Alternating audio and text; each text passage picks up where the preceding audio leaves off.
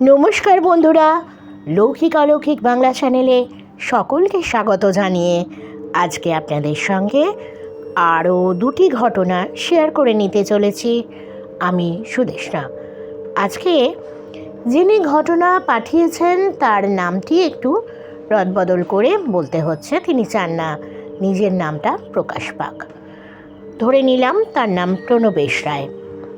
ভদ্রলোক ওয়েস্ট বেঙ্গল পুলিশে চাকরি করেন এবং ওনার নিজের জীবনের দুটি ঘটনা পাঠিয়েছেন, যেগুলোর ব্যাখ্যা উনি আজ পর্যন্ত খুঁজে পাননি। তো ঘটনায় যাওয়ার আগে বলে দিই, সবাই কিন্তু ভিডিও শুনছেন, আপনারা অবশ্যই ভালো লাগলে লাইক করবেন এবং চ্যানেলটাকে সাবস্ক্রাইব করে আমার সঙ্গে থাকবেন, না হলে আমিও তো উৎসাহ পাবো না। আর অবশ্যই নোটিফিকেশানে বেল আইকনটা, বেলের অল বাটনটা প্রেস করে দেবেন, যাতে নতুন নতুন গল্প, ঘটনা, অলৌকিক গল্প, দৈবিক গল্প এবং আপনাদের রহস্য গল্প মাঝে মাঝে পাঠ করে শোনাই, সেগুলো যাতে সবার প্রথমে আপনারা পেয়ে যান। তাই নোটিফিকেশানের বেলের অল বাটনটা প্রেস করে দেবেন, সঙ্গে থাকবেন, শুনতে থাকুন আজকের ঘটনা। প্রণবেশবাবু জানাচ্ছেন ওনাদের একটা সময়, মানে সেই সময় ওনারা সদ্য চাকরিতে জয়েন করেছিলেন এবং কিছু ট্রেনিং ছিল। তো সেই সময় উনি একটু সিনিয়র হয়েছেন, ওনার থেকেও জুনিয়ররা ওনার সঙ্গে ছিলেন। তো ওরা একটা পুলিশ ক্যাম্পে যান, সেটা জায়গাটার নাম চাকদহ। তো ওখানে একটা পুলিশ ফাঁড়িতে ওনাদের ট্রেনিং হচ্ছিল।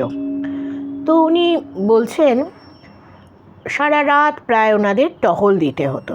একটা নির্দিষ্ট এলাকা ছিল, এলাকাটির নাম উনি বলতে বারণ করেছেন। একটি নির্দিষ্ট এলাকায় ওনাদের টহল দিতে হতো সারা রাত। ভালো কথা। প্রথম উনি জুনিয়রদের বলতেন আমি ওদিকটা টহল দিয়ে আসছি, দাঁড়া। তো ওরাও পিছু নিতে চাইতো, বলতো দাঁড়া না, আমি আগে ওদিকটা যাই। উনি বলছেন একটা জায়গা, নির্দিষ্ট একটি জায়গা ছিল, সেখানে একটা কালভার্ট ছিল, যার তলা দিয়ে, কালভার্ট আমরা অনেকেই জানি এবং যারা বোঝো না তাদের জন্য বলে দিচ্ছি, এমন একটা পাথরের বা সিমেন্টের মানে চাঁইয়ের মতো ফেলা থাকে, যার তলা দিয়ে ড্রেনের জল ফল এইসব পাস করানো হয়। এরকম একটা বড় কালভার্ট ওখানে ছিল। সেই কালভার্টটার ওপর দিয়ে যখনই উনি যেতেন, উনি বলতেন কোনো একটা অজ্ঞাত কারণে আমার সমস্ত শরীর ভারী হয়ে যেত, মানে শরীরটা যেন একটা পাথর কেউ চাপিয়ে দিত, আর এগোতে পারতাম না। তো ওই কালভার্টটার ওপর দিয়ে একটা গাছের গুঁড়ি ছিল, সেটা কেন বলছি একটু বাদেই বোঝা যাবে। তো ভদ্রলোক বলছেন যে যখনই আমরা ওরকম যেতাম ওখান দিয়ে, একটা শরীরের মধ্যে যেন একটা পাথর কেউ চাপিয়ে দিত, সারা শরীরটা ভারী হয়ে যেত, একটু গা গোলাতো, কিরম যেন বমি বমি পেত। খানিকক্ষণ টহল দেওয়ার পর ওখান দিয়ে যখন আবার বেরিয়ে চলে আসতাম, স্বাভাবিক, কোনো প্রবলেমই নেই, কোনো অসুবিধেই হতো না, শরীর আবার ঠিক হয়ে যেত। তো একদিন উনি ঠিক করলেন জুনিয়রদের নিয়ে ওই গাছের গুঁড়িটার ওপর একটু আড্ডা টাড্ডা দেবেন আর কি। সেই অনুযায়ী ওনার জুনিয়রদের বললেন চল আজকে ওই গাছের গুঁড়িটার ওপরে খানিকক্ষণ বসে থাকবো টহল দেওয়ার সময়। তো ওরা প্রথমে রাজি হচ্ছিল না, বসে থাকার কি আছে, টহল ফহল দিয়ে যে যার চলে যাব। বলছে না না, আজকে ওই জায়গাটা একটু আমরা আড্ডা টাড্ডা দেবো। তো ওই কালভার্টের কাছে ওনারা গেলেন, গিয়ে ছেলেরা ছড়িয়ে ছিটিয়ে দাঁড়িয়ে আছে, কেউ বসে আছে, কেউ কালভার্টের ওপর গাছের গুঁড়িটায় ওনার সঙ্গে বসে আছেন। এরম যখন চলছে, কেউ সিগারেট টিগারেট ধরিয়েছে। এবারে কিছু ছেলে বলছে দাদা চলো না, ভাল লাগছে না এখানে, দূর কি এতক্ষণ ধরে বসে আছো, বলে দাঁড়া না একটু আড্ডা মারছি, তোদের কি একটু সহ্য হচ্ছে না? দাদা চলো না, ভাল লাগছে না, এরম করে যাচ্ছে। তো উনি বললেন, দেখ দাঁড়া না ভাই, একটু দাঁড়া। এরম করে করে উনি বেশ কিছুটা সময় ওখানে কাটালেন। এইবার ছেলেরা বলছে, দাদা তুমি আসবে কি আসবে না, আমরা চললাম, তোমার আসতে হয় এসো, না আসতে হয় এসো না। এবার বললো না আচ্ছা চল। এইবারে খানিক দূরে ছেলেরা যখন গেল, বেশ অনেকটা চলে এসছে, তখন বলছে, তোমার কি মাথা ফাটা খারাপ? একটা ছেলে বলছে, মানে সবাই এরা কিন্তু পুলিশ, তো ট্রেনিং পিরিয়ড চলছে, বলছে তোমার কি মাথা খারাপ? বলছে কেন? বলে তুমি ওই জায়গায় আড্ডা দিতে চাইছিলে কেন? বলছে কেন বলতো? বলে তোমার কিছু মনে হয়নি? বলছে না তো, কী মনে হবে? বলে তুমি কি পাবলিক ভাই, এইসব বলছে। বলছে কেন, কি হয়েছে বল না। এবার এদের মধ্যে একজন বলছে, এই সারা শরীরটা কীরকম করছিল না, গাটা কীরকম ভারী ভারী লাগছিল না, আমার খুব বমি পাচ্ছিল। সেকেন্ড যিনি ছিলেন তিনিও তাই বলছেন। প্রত্যেকেরই একটাই কথা, তুমি ওখানে কেন বসেছিলে? ওখানে বসে থাকাকালীন আমাদের শরীর অস্থির অস্থির করছিল, গা ভারী ভারী লাগছিল, গা গোলাচ্ছিল। এইবারে প্রণবেশবাবু বলছেন, তখন আমি বললাম, শোন আমি যখন রোজ টহল দিতে আসি ঠিক একই রকম ঘটনা আমার সঙ্গেও ঘটে। আমি ভাবতাম আমি বোধহয় ভীতু, আমি বোধহয় এই, আমি বোধহয় তাই। কিন্তু আমি পরীক্ষা করতে চাইছিলাম যে এটা কি শুধুই আমার সঙ্গে ঘটছে, নাকি আমার সঙ্গে যারা আছে তাদের সঙ্গেও ঘটছে। তো এই ছিল ওনার জীবনের একটি ঘটনা। বোঝা গেল ওই পার্টিকুলার জায়গাটিতে কিছু একটা তো আছে, যেটার জন্য ওখান দিয়ে পাস করার সময় ওনাদের শরীর ভারী হয়ে যেত, ওনাদের শরীর অস্থির করতো, গা গোলাতো, বমি পেত। কিন্তু বহু খোঁজাখুঁজির পরেও কেউ ঘটনাটা আসল কী ঘটনা ছিল কেউ বলতে চায়নি।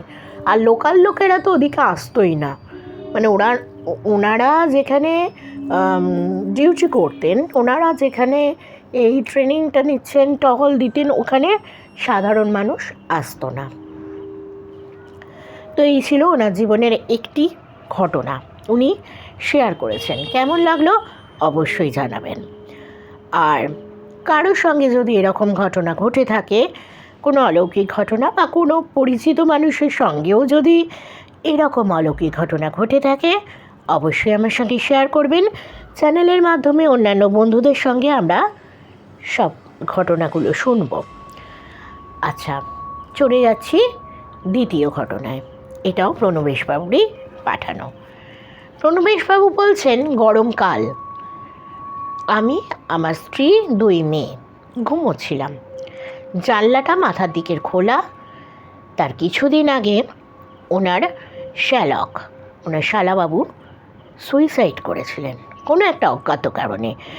কেন করেছিলেন সেটা আজ অবধি উনি জানেন না, এটা তার বক্তব্য। অথচ ওনার শালাবাবু কিন্তু দিদি, জামাইবাবু এবং ভাগ্নি দুটোকে ভীষণ ভালোবাসত। অথচ দিদির কাছে কোনো দিন কিছু বলেনি যে আমি এরম করতে পারি বা আমার এরম মনে হচ্ছে। ওনার একটাই দুঃখ, উনি মানে শালাবাবু যদি আমার সঙ্গেও একটু ব্যাপারটা শেয়ার করতো, কোনো না কোনোভাবে আমি কাটিয়ে দিতে পারতাম। কিন্তু ও ভীষণ প্রাণোচ্ছল ছেলে ছিল, ভীষণ ভালোবাসতো আমাদের, কিন্তু স্বভাব ছিল খুব চাপা। ভিতরের কথা কাউকে কিন্তু বুঝতে দিত না। মুখে হাসি, ভেতরে দুঃখ, অথচ সেই দুঃখের ভাব কারোর সঙ্গে করতেন না। তো ওনাদেরই একটা শ্বশুরবাড়িতে গুদাম ঘর ছিল, সেই ঘরে গিয়ে ওই শালাবাবু গলায় দড়ি দিয়ে আত্মহত্যা করেছিলেন। মানে আপনারা বুঝতেই পাচ্ছেন। তো ভীষণ মানে হৃদয় বিদারক একটি ঘটনা।